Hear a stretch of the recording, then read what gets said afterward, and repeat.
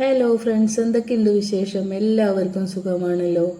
അപ്പം നമുക്ക് ഇന്ന് മത്തി മാങ്ങ ഇട്ടിട്ട് കറി വെക്കാം. അതിനാദ്യം വേണ്ടത് ഒരു മാങ്ങ, ഒരു തക്കാളി, ഒരു 2-3 പച്ചമുളക്, 3-4 അല്ലി വെളുത്തുള്ളി, കുറച്ച് ഇഞ്ചി.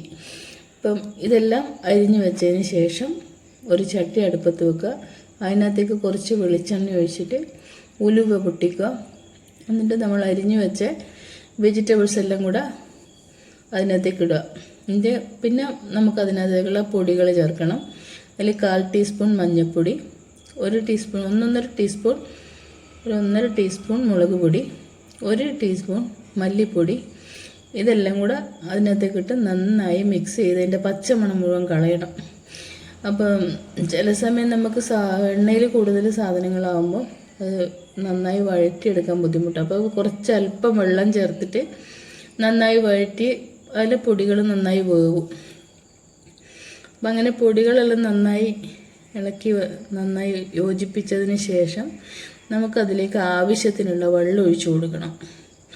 അപ്പോൾ വെള്ളം ഒഴിച്ചതിന് ശേഷം നമ്മളിത് നന്നായി തിളക്കുമ്പോൾ ഈ മാങ്ങയുടെ പുളി ചിലപ്പോൾ മാങ്ങക്ക് പുളി കുറച്ച് കുറവാണ്. അതുകൊണ്ട് അതിലേക്ക് ഒരു ചെറിയ അല്ലി കുടംപുളി ചേർത്തിട്ടുണ്ടായിരുന്നു.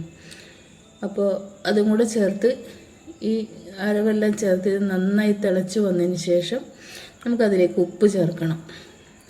അപ്പോൾ ഉപ്പ് ഇട്ടിട്ട് നമുക്ക് കുറച്ച് സമയം കഴിയുമ്പോൾ നന്നായി തിള വരുമ്പോൾ അതിനകത്തേക്ക് നമ്മളെ അരിഞ്ഞ് വെച്ച് കഴുകി ക്ലീൻ ചെയ്ത് വെച്ച് മീനെടുത്ത് അതിലേക്ക് ഇടുക. മീനും കൂടി ഇട്ടിട്ട് നല്ലൊരു തിള വരുമ്പോൾ കറിവേപ്പില ഇടുക.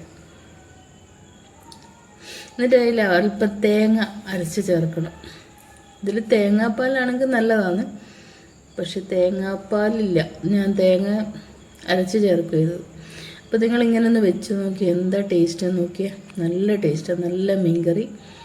അപ്പോൾ നിങ്ങൾക്ക് ഇഷ്ടപ്പെട്ടെങ്കിൽ ലൈക്കും കമൻറ്റും ചെയ്യണം, ഷെയർ ചെയ്യണം, സബ്സ്ക്രൈബ് ചെയ്യണം. അപ്പോൾ എല്ലാവരും ഇങ്ങനൊരു കറി വെച്ച് നോക്കണം, എന്നിട്ട് അഭിപ്രായം പറയണം, സബ്സ്ക്രൈബ് ചെയ്യണം. എല്ലാവർക്കും ശുഭരാത്രി.